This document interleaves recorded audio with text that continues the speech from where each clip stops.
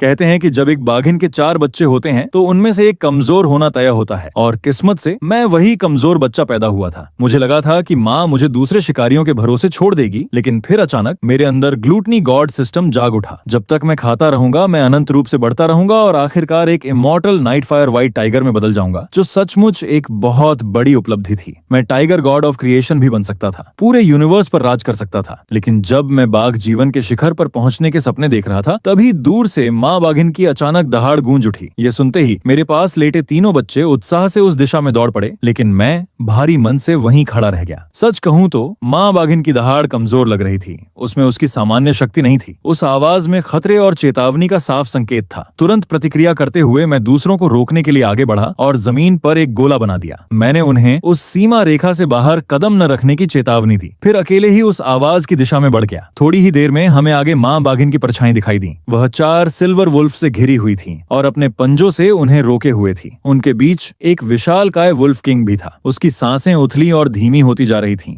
लेकिन माँ बाघिन खुद भी बुरी तरह घायल थी। उसके पिछले पैर पर लगे घाव से लगातार खून बह रहा था और ऐसा लग रहा था कि वह उसे हिला भी नहीं सकती। फिर भी चारों सिल्वर वुल्फ हमला करने से हिचकिचा रहे थे। वे जानते थे कि सीधे टकराव में शायद सभी की हार हो सकती थी, लेकिन भेड़िए अपनी चालाकी के लिए मशहूर होते हैं और वे इतनी मूर्खतापूर्ण गलती करने वाले नहीं थे। अचानक उन्होंने अपनी पोजीशन बदल ली। 2 सिल्वर वुल्फ माँ बाघिन का ध्यान भटकाने के लिए सामने रहे, जबकि बाकी 2 चुपचाप जंगल में गायब हो गए। एक परछाइयों में छिप कर देख रहा था, जबकि दूसरा धीरे धीरे उसके पीछे पहुंच रहा था। यह एक साफ टैक्टिकल मूव था, जो सही मौके का इंतजार कर रहा था। सामने वाले भेड़िए ने दहाड़ मारी और अगले ही पल दोनों सामने वाले भेड़ियों ने लगातार हमला शुरू कर दिया। वे आगे झपट्टा मारते और फिर पीछे हट जाते। कहते हैं ना, मरता हुआ ऊंट भी घोड़े से बड़ा होता है। अपनी चोट के बावजूद माँ बाघिन ने पास आते हुए एक भेड़िए को पीछे धकेल दिया, लेकिन अब हमें उनकी असली योजना समझ आ गई थी। वे उसे थकाने के लिए स्ट्रेटजी अपना रहे थे ताकि छिपा हुआ भेड़िया अंधेरे से हमला कर सके। समय बीतने के साथ माँ बाघिन की हरकतें धीमी होती गईं। मौका देखकर पीछे वाले सिल्वर वुल्फ ने अचानक छिपकर हमला कर दिया। माँ बाघिन ने पीछे के खतरे को महसूस कर लिया था, लेकिन जैसे ही उसने मुड़ने की कोशिश की, उसके घायल पैर में असहनीय दर्द उठा। वह लड़खड़ा गई।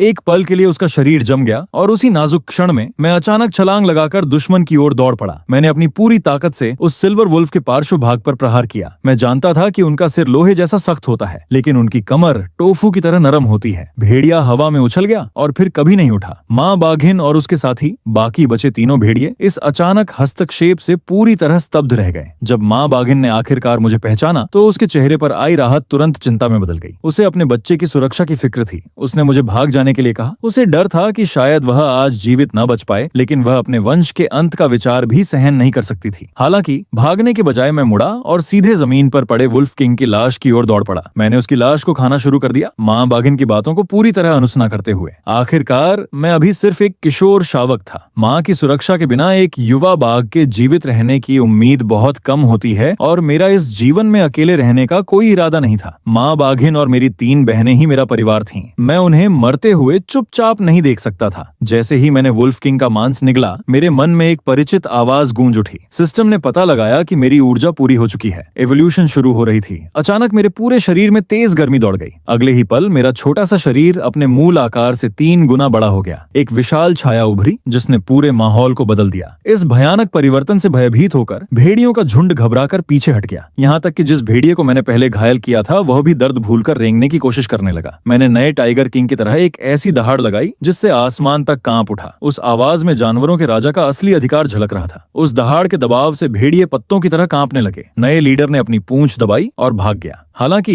मैंने उसका पीछा नहीं किया। सच कहूं तो कारण सीधा था। अगर वह अल्फा वुल्फ हताशा में पलटवार करता तो शायद जीत भी सकता था, लेकिन मैं गंभीर रूप से घायल हो जाता। अचानक सिस्टम ने मुझे पास में मौजूद एक खतरनाक दुश्मन के बारे में चेतावनी दी। उत्सुक होकर मैंने खतरे के स्रोत की जांच करने का फैसला किया। मुझे स्तब्ध देखकर माँ बाघिन ने धीरे से पूछा कि क्या आसपास और भी दुश्मन है। मैंने जल्दी से बाथरूम जाने का बहाना बना लिया। माँ बाघिन चिंतित नजरों से मुझे देखती रही, जबकि मैं सिस्टम के निर्देशों का पालन करते हुए झाड़ियों की ओर बढ़ गया। घनी झाड़ियों से बाहर निकलने के बाद मैं डर के मारे वहीं जम गया। एक पहाड़ी रास्ते के पास एक जर्जर कैबिन खड़ी थी। वह तरह तरह के जानवरों की खालों से ढकी हुई थी। उनमें एक वयस्क बाघ की खाल भी थी, जिससे जिससे अभी भी भाप निकल रही थी, मानो उसे कुछ ही क्षण पहले उतारा गया हो। झोपड़ी के सामने दो हंटर्स बैठे थे। उनकी बंदूकें पास ही टिकी हुई थीं और चांदनी में उनकी नालें ठंडी धातु की तरह चमक रही थीं। एक अपनी तलवार तेज कर रहा था, जबकि दूसरा घास में छिपे खंजर से अपने दांत साफ कर रहा था। मैंने अपनी सांस रोक ली, सोचते हुए कि इन दरिंदों ने आखिर कितनी जानें ली होंगी। लेकिन मेरे गुस्से को सच में भड़काने वाली चीज कोने में पड़ा पुराना जालों का ढेर था। वही जाल जिसने माँ बाघिन के पैर को कुचल दिया था। मैंने बाहर निकलने की इच्छा को दबाया और खुद को शांत रहने के लिए मजबूर किया। सीधा टकराव आत्महत्या के बराबर था। उनके पास बंदूकें थीं और मैं अभी तक गोलियों से सुरक्षित नहीं था। यह सुनिश्चित करने के बाद कि वे अकेले हैं, मैं चुपचाप पीछे हट गया। पर अच्छाइयों में चलते हुए मेरे दिमाग में सिर्फ एक ही विचार घूम रहा था, मुझे अपने परिवार को तुरंत इस इलाके से निकालना होगा। जब मैं वापस पहुंचा तब तक सुबह होने लगी थी और आसमान हल्का पीला पड़ चुका था। माँ बाघिन ने सवालिया नजरों से मेरी ओर देखा। वह जवाब का इंतजार कर रही थी। अपने पंजों से मैंने मिट्टी में एक आकृति बनाई जो राइफल और उसकी मारक क्षमता को दर्शा रही थी। शुरुआत में माँ बाघिन ने उदासीनता दिखाई, लेकिन जैसे जैसे उसे हथियार की ताकत समझ आई, उसके रोंगटे खड़े हो गए। उसे वह आग उगलने वाली छड़ी अच्छी तरह याद थी। उसका पिछला साथी उसी के कारण मारा गया था। उसने अपनी आंखों से उसे खून के तालाब में गिरते देखा था। एक छोटे से छेद से इतनी तेजी से खून बह रहा था कि वह उसे चाट भी नहीं पाई, और बस यूं ही एक शक्तिशाली वयस्क बाघ का अंत हो गया। वह पूरे एक दिन तक उसके शव के पास बैठी रही, जब तक सड़न की गंध ने उसे वहां से जाने पर मजबूर नहीं कर दिया। तब से उसने हर कीमत पर इंसानों से दूरी बनाए रखी थी। फिर भी अपनी सारी सावधानी के बावजूद वह उनके जाल में फंस गई थी। उसने धीरे से आह भरी और मुझे आश्वस्त करने के लिए अपना सिर मेरे पास झुका दिया। मैंने उसके सिर को सहलाया, मानो कह रहा हूँ कि मैं उसकी रक्षा करूंगा। माँ बाघिन ने कड़वी मुस्कान दी और मुझे हल्का सा धक्का दिया। शायद उसे लगता था कि मैं इतने बड़े खतरे से निपटने के लिए अभी बहुत छोटा हूँ। सच कहूँ तो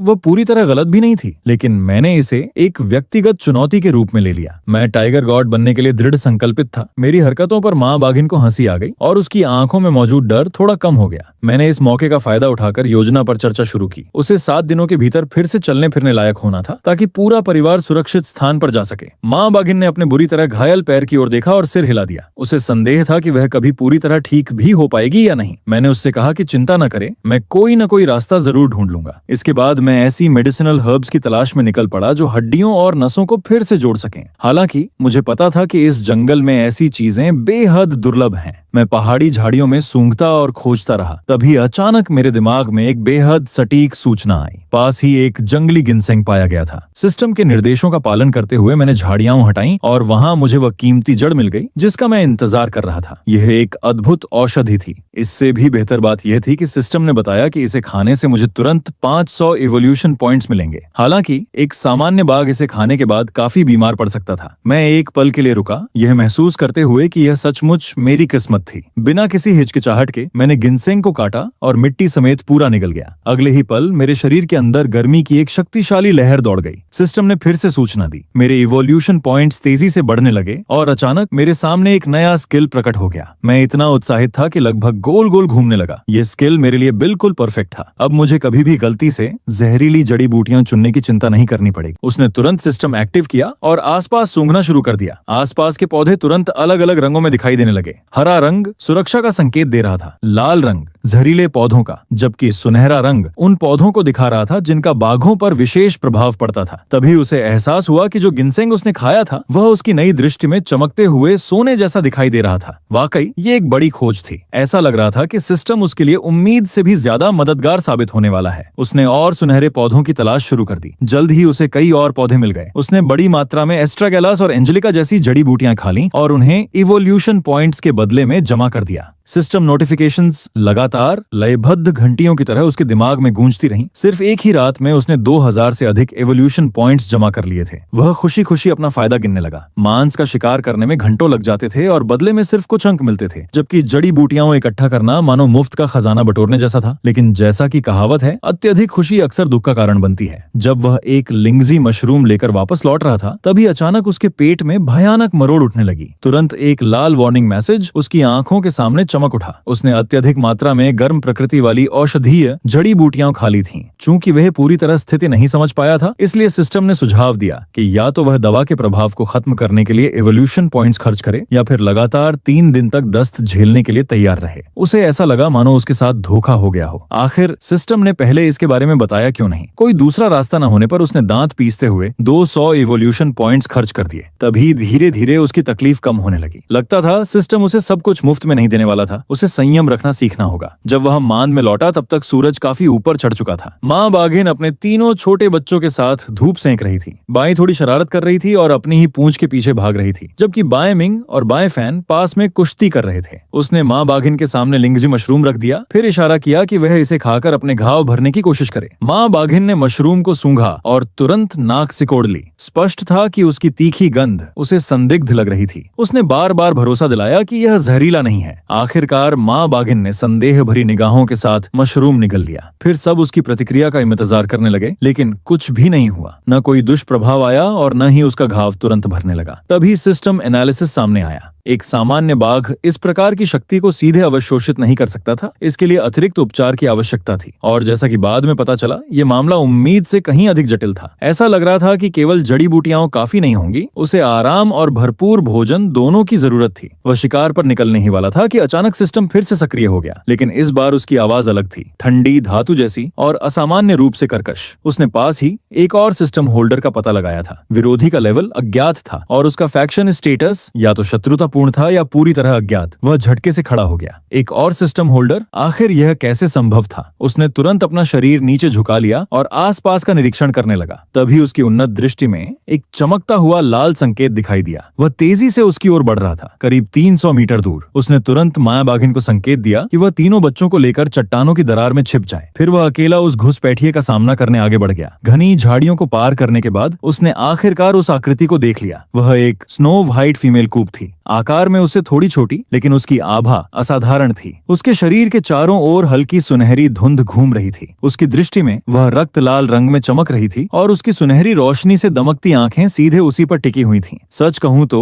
यह बेहद असहज करने वाला दृश्य था। उसकी आंखों में एक सामान्य कब जैसी मासूमियत का कोई निशान नहीं था, बल्कि उनमें उस व्यक्ति की थकी हुई उदासीनता थी जिसने बहुत कुछ देख लिया हो। दोनों एक दूसरे के सामने खड़े रहे। तनाव इतना गहरा था कि हवा तक भारी लग रही थी। किसी ने भी पहला कदम नहीं उठाया। उसका दिमाग तेजी से काम करने लगा। ये सफेद बाघिन आखिर कहां से आई थी और क्या उसका सिस्टम भी उसके सिस्टम जैसा था? तभी अचानक एक नया सिस्टम प्रॉम्प्ट सामने आया। Ancient white tiger blood line detected. साथ ही यह भी पता चला कि सामने वाली ने heaven and earth legacy system को सक्रिय कर रखा था और यह उसके अपने सिस्टम ब्रांच की ही एक शाखा थी। वह इस खुलासे से पूरी तरह स्तब्ध रह गया। सिर्फ नाम सुनकर ही यह उसके सिस्टम से कहीं अधिक प्रतिष्ठित लग रहा था। सफेद बाघिन ने धीमी गड़गड़ाहट भरी दहाड़ लगाई। उसकी आवाज में निर्विवाद अधिकार था। अजीब बात यह थी कि वह उसे पूरी तरह समझ पा रहा था। उसने अपना परिचय श्वेजी के रूप में दिया। अपने पिछले जन्म में उसने दावा किया कि वह व्हाइट टाइगर एम्प्रेस थी, एक ऐसी शासक जिसने कभी इन पहाड़ों पर राज किया था, लेकिन बाद में उसे 9 हेडेड हाइड्रा एम्परर ने धोखा दे दिया। अब वह अपनी यादों और सिस्टम के साथ पुनर्जन्म लेकर वापस आई थी। उसे यह कहानी सुनकर लगभग हंसी आ गई। उसे लगा यह कुछ ज्यादा ही बड़ा चढ़ाकर कही गई बात है। वह मन ही मन सोच रहा था कि अगर इतना ही कहना था तो खुद को देवी ही घोषित कर देती। श्वेजी ठंडी निगाहों से उसकी ओर बढ़ी। स्पष्ट था कि वह भावनाओं में समय बर्बाद नहीं करती। वह सिर्फ एक बात की पुष्टि करने आई थी, क्या उसका मनुष्यों से संपर्क हुआ था या नहीं। उसने चुप रहना ही बेहतर समझा। फिर श्वेजी दोबारा दहाड़ी। उसने चेतावनी दी कि इन जंगलों में कोई ऐसी चीज घुस आई है जो यहाँ की नहीं है। उन शिकारियों के पीछे एक और भी भयानक शक्ति छिपी हुई थी। सहयोग करो या मर जाओ, चुनाव उसका था। उसके अहंकार पर उसे लगभग हंसी आने लगी। आखिर एक छोटा सा कपटाइट कितना घमंड कर सकता है। लेकिन अगले ही पल बिना कोई चेतावनी दिए श्वेजी बिजली की तरह झपटी और उसका पंजा सीधे उसके चेहरे पर आकर लगा। धड़ाम! वह 3 कदम पीछे जा गिरा। जब वह वापस खड़ा हुआ तब भी श्वेजी अपनी जगह से हिली तक नहीं थी, मानो अभी कुछ हुआ ही ना हो। ये गति और ताकत किसी सामान्य कब टाइगर की नहीं थी। उसने अपने चेहरे पर पड़े पंजों के निशानों को छुआ। अब उसे मानना पड़ा, ये व्हाइट टिग्रेस सचमुच बेहद शक्तिशाली थी। जब उसने पूछा कि उन्हें सहयोग कैसे करना चाहिए, तो श्वेजी ने उसे किसी मरीज के पास ले जाने का संकेत दिया। कुछ पल सोचने के बाद वह उसे अपने परिवार के पास ले आया। जैसे ही माँ बाघिन ने श्वेजी को देखा, उसका शरीर तनाव से भर गया। तीनों छोटे बच्चे भी डर के मारे एक दूसरे से चिपक गए। शुद्ध दहशत। श्वेजी धीरे धीरे माँ बाघिन के पास गई। उसने घाव को सूंघा और तुरंत समझ गई कि यह किसी जाल का घाव है। साथ ही यह भी कि इसे हुए काफी समय बीत चुका है। उसने माँ बाघिन की ओर देखा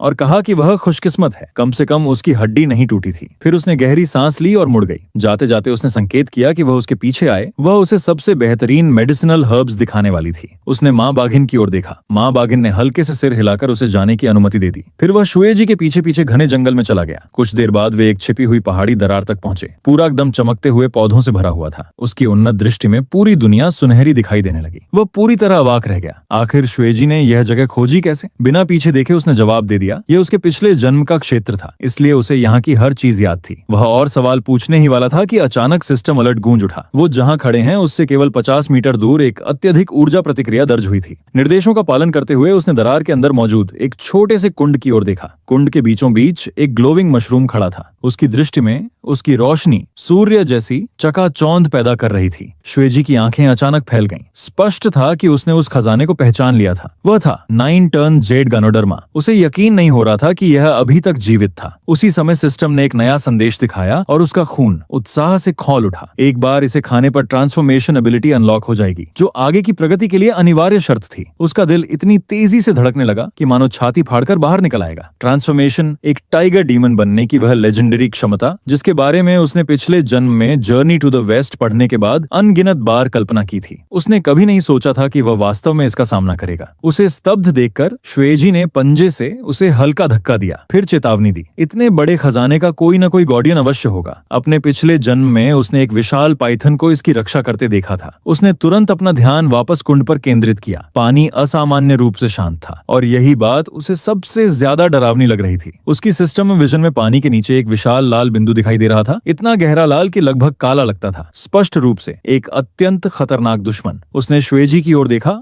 और उसने मौन सहमति में सिर हिला दिया। दोनों अलग अलग दिशाओं से धीरे धीरे आगे बढ़ने लगे। वे उस जीव को घेरने की कोशिश कर रहे थे, लेकिन जैसे ही वे पानी के किनारे पहुंचे, धड़ाम, पूरी सतह विस्फोट की तरह फट पड़ी। एक विशाल पाइथन गहराइयों से बाहर निकल आया। उसका शरीर घोर काला था और उसकी खाल से ठंडी धातु जैसी चमक निकल रही थी। सिर्फ पानी से बाहर निकला हुआ हिस्सा ही 3 मीटर से अधिक लंबा था। उसके विषैले दांत किसी आदमी की हथेली जितने बड़े थे और उसकी फड़फड़ाती जीभ से निकलती दुर्गंध बेहद घिनौनी थी। सच कहूं तो यह ऐसा दृश्य था जो किसी का भी खून जमा दे। तुरंत सिस्टम वार्निंग सामने आ गई। Mutated black split Python level 12। वह मन ही मन गाली दिए बिना नहीं रह सका। आखिर वह खुद अभी केवल लेवल 5 पर था। ये तो साफ तौर पर एक सुसाइड मिशन लग रहा था। लेकिन श्वेजी उसकी कल्पना से भी ज्यादा साहसी निकली। बिना एक पल गंवाए वह आगे बढ़ी। उसका शक्तिशाली पंजा सीधे अजगर के उस हिस्से पर जा लगा जहां उसका दिल होना चाहिए था। अजगर दर्द से तड़प उठा। उसकी विशाल पूंछ सीटी जैसी आवाज करती हुई हवा को चीरते हुए जमीन पर आ गिरी। वह किसी तरह समय रहते झुक गया और उस घातक वार से बच निकला, जबकि श्वेजी को पूंछ का सीधा प्रहार लगा। लेकिन हैरानी की बात यह थी कि वह अपनी जगह से हिली तक नहीं। उसने बस तीखी निगाहों से उसकी ओर देखा, मानो कह रही हो, मैंने पहला हमला कर दिया है, अब तुम्हारी बारी है। लड़ाई में शामिल होते हुए उसने दांत भींच लिए। वह किनारे से बिजली की तरह झपटा और अपने पंजों को सीधे पाइथन की आंखों पर निशाना बनाया। उसकी गति इतनी तेज थी कि पाइथन को प्रतिक्रिया देने का मौका तक नहीं मिला। पाइथन दर्द से भयानक दहाड़ मारता है और अपना खून से सना हुआ विशाल जबड़ा पूरी तरह खोल देता है, लेकिन वह पहले ही पीछे हट चुका था। फुर्ती से बचते हुए उसने जवाबी हमले से दूरी बना ली। उसी पल श्वेजी ने मौका पकड़ लिया। वह फिर से आगे बढ़ी और पाइथन के महत्वपूर्ण अंगों पर एक और घातक वार कर दिया। यहीं से असली लड़ाई शुरू हुई। उसके पंजे पाइथन की मोटी खाल को चीरते हुए भीतर तक घुस गए और कच्चा मांस बाहर दिखाई देने लगा। दर्द से तिलमिलाकर पाइथन बेतहाशा छटपटाने लगा। पूरा तालाब कीचड़ और पानी के अराजक मैदान में बदल गया। लेकिन अब दोनों की टीम वर्क पूरी तरह बन चुकी थी। वे मानो वर्षों से साथ लड़ रहे हों। श्वेजी लगातार महत्वपूर्ण अंगों पर वार कर रही थी, जबकि वह सामने से ध्यान भटका रहा था। दोनों के बीच इतना बेहतरीन तालमेल था कि पाइथन को सांस लेने का मौका तक नहीं मिल रहा था। 5 मिनट भी पूरे नहीं हुए थे कि विशाल पाइथन आखिरकार पेट के बल जमीन पर गिर पड़ा। उसी समय लगातार सिस्टम नोटिफिकेशंस गूंजने लगे। Mutated black spirit Python killed, reward 1000 evolution points. वह थक कर जमीन पर गिर पड़ा और हांफने लगा, लेकिन जब उसने श्वेजी की ओर देखा तो ऐसा लगा मानो वह अभी अभी एक हल्की सैर करके लौटी हो। उसके चेहरे पर थकान का नामो निशान तक नहीं था। वह सीधे पाइथन की लाश के पास गई और एक तेज पंजे से उसने उसका पेट चीर दिया। कुछ ही क्षण बाद उसने अंदर से एक ग्लोइंग हरा गोला निकाल लिया। तुरंत सिस्टम एनालिसिस सामने आया। यह था पाइथन गॉल एसेंस, एक बेहद दुर्लभ टॉनिक ट्रेजर। श्वेजी ने बिना किसी झिझक के वह गोला उसकी ओर उछाल दिया, फिर इशारा किया कि वह इसे खा ले। वह कुछ पल के लिए ठिठक गया। आखिर इतनी कीमती चीज वह खुद क्यों नहीं रख रही थी? श्वेजी ने बस उसे एक ठंडी और उपेक्षापूर्ण नजर से देखा, मानो कह रही हो, मुझे इसकी जरूरत नहीं है। थोड़े संकोच के बाद उसने वह गोला निगल लिया। जैसे ही वह उसके गले से नीचे उतरा, एक ठंडी ऊर्जा पूरे शरीर में फैल गई। अगले ही पल सिस्टम ने सूचना दी, physical strength permanently increased by 10%। वह पूरी तरह चौंक गया। ये तो एक अविश्वसनीय उपहार था। उसने कुछ क्षण उस नई ताकत का आनंद लिया जो उसके शरीर में दौड़ रही थी। इस बीच श्वेजी पहले ही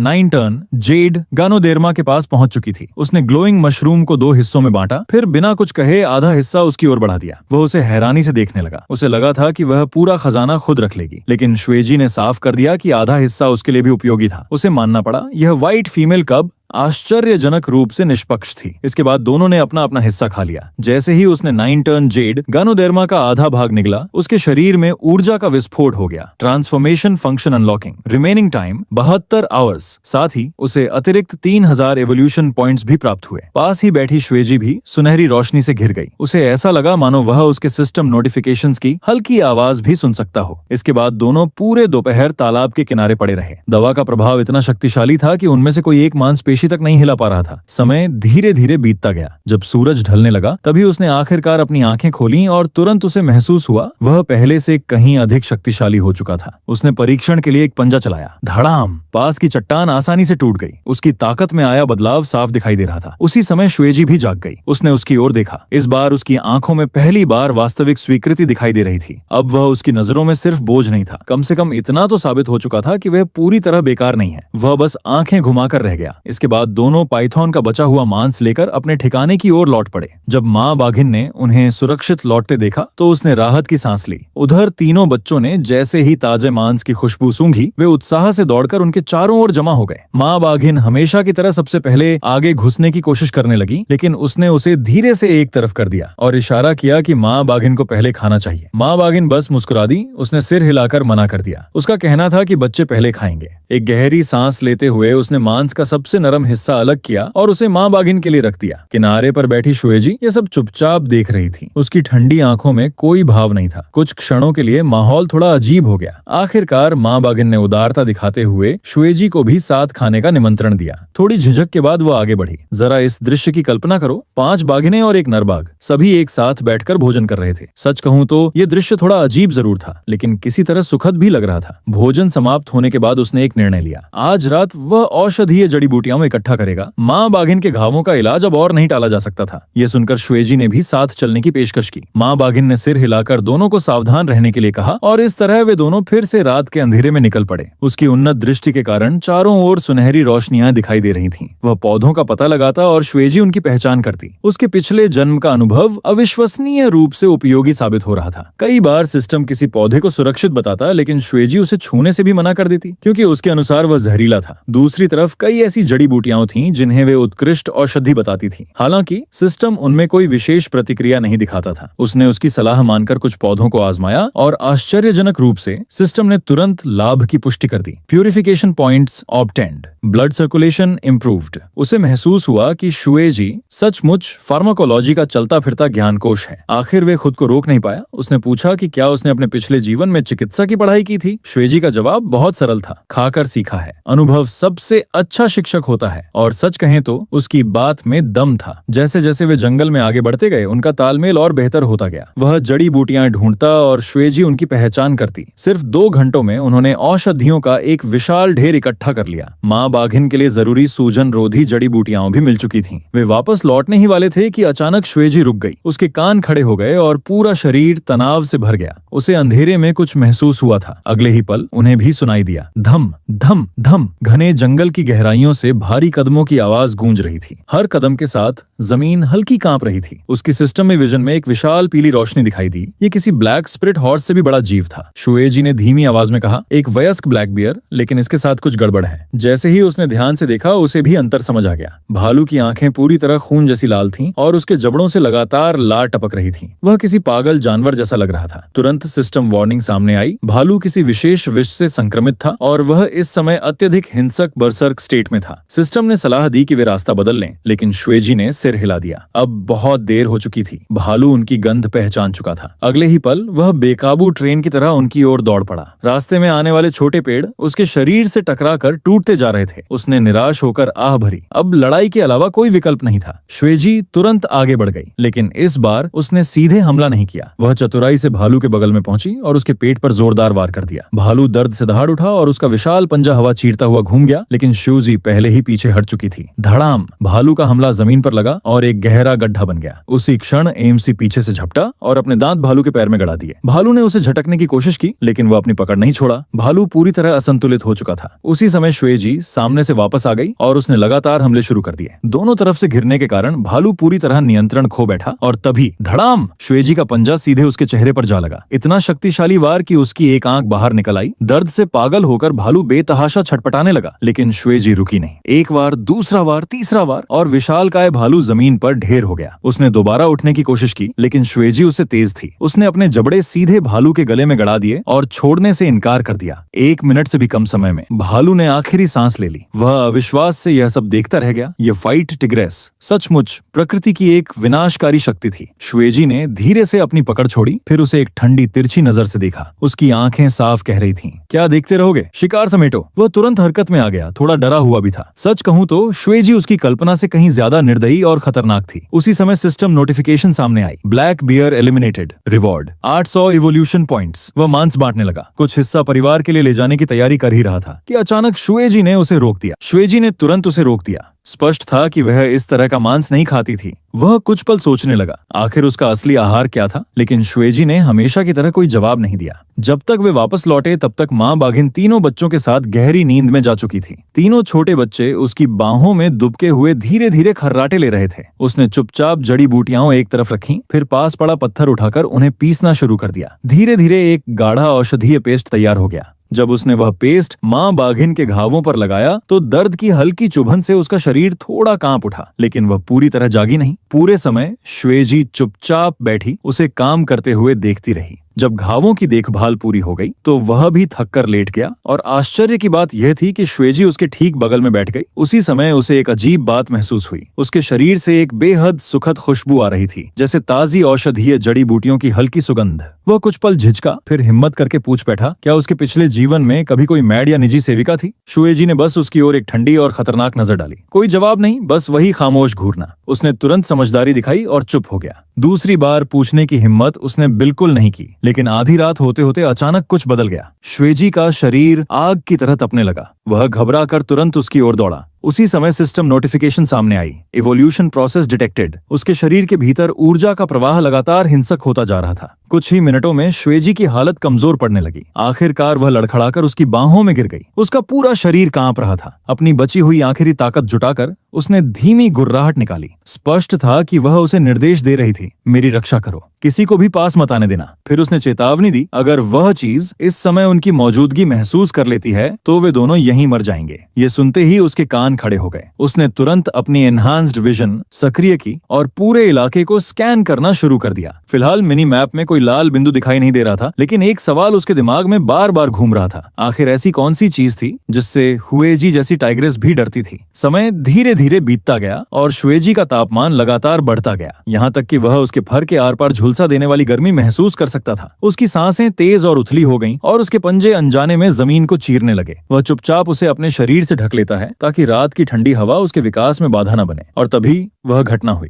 अचानक दूर जंगल की गहराइयों से एक भयानक दहाड़ गूंज उठी। ये किसी भेड़िए की नहीं थी, न ही किसी भालू की। ये पूरी तरह अलग थी। एक गहरी, भयावह और आत्मा को कंपा देने वाली चीख। ऐसी आवाज जिसे सुनकर किसी का भी खून जम जाए। तुरंत सिस्टम अलर्ट चमक उठा। Unknown high energy life form detected. Threat level unmeasurable. Distance 2 kilometre. Immediate evacuation recommended. ये पढ़ते ही वह एकदम सीधा खड़ा हो गया। अगर सिस्टम भी उसका लेवल नहीं पहचान पा रहा था तो वह आखिर किस तरह का राक्षस था? उसकी बाहों में पड़ी श्वेजी और जोर से कांपने लगी। वह अभी विकास के सबसे नाजुक चरण में थी। उसकी आंखें कसकर बंद थीं और वह हिल भी नहीं सकती थी। उसने अंधेरे जंगल की ओर देखा। उसे ऐसा महसूस हुआ मानो कोई उन्हें अंधेरे के भीतर से घूर रहा हो। एक सिहरन उसकी रीढ़ में दौड़ गई, लेकिन उसने गहरी सांस ली और अपने डर को दबा दिया। उसके पीछे माँ बाघिन थी, 3 छोटे बच्चे थे और उसकी बाहों में श्वेजी थी। अब यह पूरा परिवार उसी पर निर्भर था। वह पीछे नहीं हट सकता था। चाहे कुछ भी हो जाए। दूर से फिर वही दहाड़ सुनाई दी, इस बार पहले से ज्यादा करीब। सिस्टम अलार्म्स पागलों की तरह बजने लगे। उसकी दृष्टि में लाल संकेत और चमकने लगा। वह जीव सचमुच उनकी ओर बढ़ रहा था। खतरे को महसूस करते हुए श्वेजी की एवोल्यूशन अचानक तेज हो गई। उसके पूरे शरीर से तीव्र गर्मी निकलने लगी। एक ग्लोइंग गोल्डन लाइट फूट पड़ी, यहाँ तक कि उसके हाथों के बाल भी झुलसने लगे। फिर भी उसने उसे छोड़ा नहीं। वह जानता था अगर यह प्रक्रिया टूट गई तो श्वेजी की सारी मेहनत बर्बाद हो जाएगी और शायद उसकी जान भी चली जाएगी। गर्जनाएं लगातार करीब आती जा रही थीं। हर पल मौत और करीब महसूस हो रही थी। फिर जैसे ही वह रहस्यमय जीव सामने आने वाला था, श्वेजी की आंखें खुल गईं। धड़ाम! उसके शरीर से गोल्डन एनर्जी का विस्फोट हुआ। वह उसकी बाहों से छलांग लगाकर बाहर निकली और जैसे ही जमीन पर उतरी, उसका शरीर पहले से काफी बड़ा हो चुका था। उसके फर पर हल्की नीली चमक दौड़ रही थी और उसकी आंखें घूमते हुए तारों जैसी लग रही थीं। वह आने वाले खतरे की दिशा में देखती है और धीमी लेकिन गूंजती हुई गुर्राहट निकालती है। उस आवाज में अजीब सा अधिकार था। अचानक पूरा जंगल शांत हो गया, पूरी तरह शांत। घने अंधेरे में छिपा वह रहस्यमय जीव रुक गया। कुछ तनावपूर्ण क्षण बीते, फिर भारी कदमों की आवाज धीरे धीरे दूर जाने लगी और आखिरकार सिस्टम अलार्म टर्मिनेटेड। खतरा टल चुका था। उसने राहत की लंबी सांस छोड़ी। उसका शरीर लगभग जवाब दे चुका था। वह थक कर गिरने ही वाला था, लेकिन उसी समय श्यूजी ने उसकी ओर देखा। एक अजीब सी नजर जिसे वह पूरी तरह समझ नहीं पाया। ऐसा लग रहा था जैसे वह पहली बार उसे स्वीकार कर रही हो, मानो सोच रही हो शायद ये सचमुच किसी काम का है। फिर वह बिना कुछ कहे एक तरफ जाकर लेट गई, जैसे कुछ हुआ ही ना हो। उसी समय उसने अपने अगले पैरों की ओर देखा। उनके बाल पूरी तरह जल चुके थे। दर्द हो रहा था, लेकिन अजीब बात यह थी कि उसके मन में संतोष भी था। क्या वह खतरनाक बाघिन उसे धन्यवाद देना चाहती थी? शायद। हालांकि उसके स्वभाव को देखते हुए वह कभी स्वीकार नहीं करेगी। वह अपने जले हुए घावों को चाटने लगा और बीते दिन के बारे में सोचने लगा। जड़ी बूटियां इकट्ठा करना, पाइथन को मारना, काले भालू से लड़ना और फिर उस रहस्यमय राक्षस का सामना। सच कहूं तो यह एक दिन उसके पिछले जीवन के पूरे महीने से ज्यादा तनावपूर्ण था। पास ही माँ बाघिन नींद में कुछ बड़बड़ाई, फिर करवट लेकर दोबारा खर्राटे लेने लगी। उसे देखकर वह हल्का मुस्कुराया। उन्हें अभी उस रहस्यमय राक्षस का पता लगाना था और उन 2 हंटर से भी सावधान रहना था। कामों की सूची सोचते ही उसका सिर दर्द करने लगा, लेकिन आखिर वह इस परिवार का इकलौता नर बाघ था। ये जिम्मेदारी उसी की थी, चाहे वह कितना भी थक जाए। धीरे धीरे जंगल में फिर शांति लौट आई, लेकिन उसके दिल के अंदर एक बात साफ थी। असली तूफान अभी आया नहीं था और वह हमेशा के लिए छिपा भी नहीं रह सकता था। जैसे ही उसे नींद आने लगी, वही भयानक दहाड़ फिर गूंज उठी, इस बार पहले से कहीं ज्यादा करीब। उसकी आंखें तुरंत खुल गईं, कान खड़े हो गए और सिस्टम अलार्म फिर बज उठा। Unknown creature approaching rapidly. Distance 1 kilometre. इस बार वह सचमुच उनकी ओर आ रहा था। पास ही शुएजी अभी भी विकास के प्रभाव से कांप रही थी। शोर सुनकर माँ बाघिन भी जाग गई और तीनों बच्चे डर के मारे एक दूसरे से चिपक गए। उसने गहरी सांस ली। अब भागने का समय खत्म हो चुका था। जो भी आने वाला था उसे उसका सामना करना ही होगा। उसने माँ बाघिन को आदेश दिया कि वह बच्चों को चट्टानों की दरारों में और अंदर ले जाए। इसके बाद वह अकेला आगे बढ़ गया। पीछे से श्यूजी ने धीमी गुर्राहट निकाली, मानो सावधान रहने की चेतावनी दे रही हो, लेकिन उसने बिना पीछे देखे अपनी पूंछ हिलाई और झाड़ियों में गायब हो गया। कुछ देर बाद घने जंगल के बीच उसने आखिरकार उस जीव को देख लिया। एक विशाल मॉनिटर लिजर्ड, लगभग 3 मीटर लंबी। उसका पूरा शरीर गहरे लाल रंग के शल्कों से ढका था। उसके पैर खंभों जितने मोटे थे और उसकी पूंछ उसके शरीर से भी लंबी थी। उसके मुंह से लगातार गाढ़ी लार टपक रही थी, जो जमीन पर गिरते ही चटकने लगती थी। तुरंत सिस्टम आइडेंटिफिकेशन सामने आया। Mutated monitor, lizard level 10। वह खुद अभी केवल लेवल 5 पर था। दोनों के बीच शक्ति का अंतर बेहद भयावह था। सच कहूं तो उसे लगा जैसे पूरी दुनिया उसी को मारने पर तुली हुई है। छिपकली ने उसे देख लिया। उसने अपना विशाल जबड़ा खोला और धातु के रगड़ने जैसी भयावह चीख निकाली, लेकिन उसने लड़ाई शुरू नहीं की। वह मुड़ा और पूरी ताकत से भागने लगा। ये कायरता नहीं थी, उसे सिर्फ बेहतर युद्ध क्षेत्र चाहिए था। सीधे मुकाबले में वह 1 सेकंड भी नहीं टिक सकता था। विशाल छिपकली उसके पीछे दौड़ पड़ी।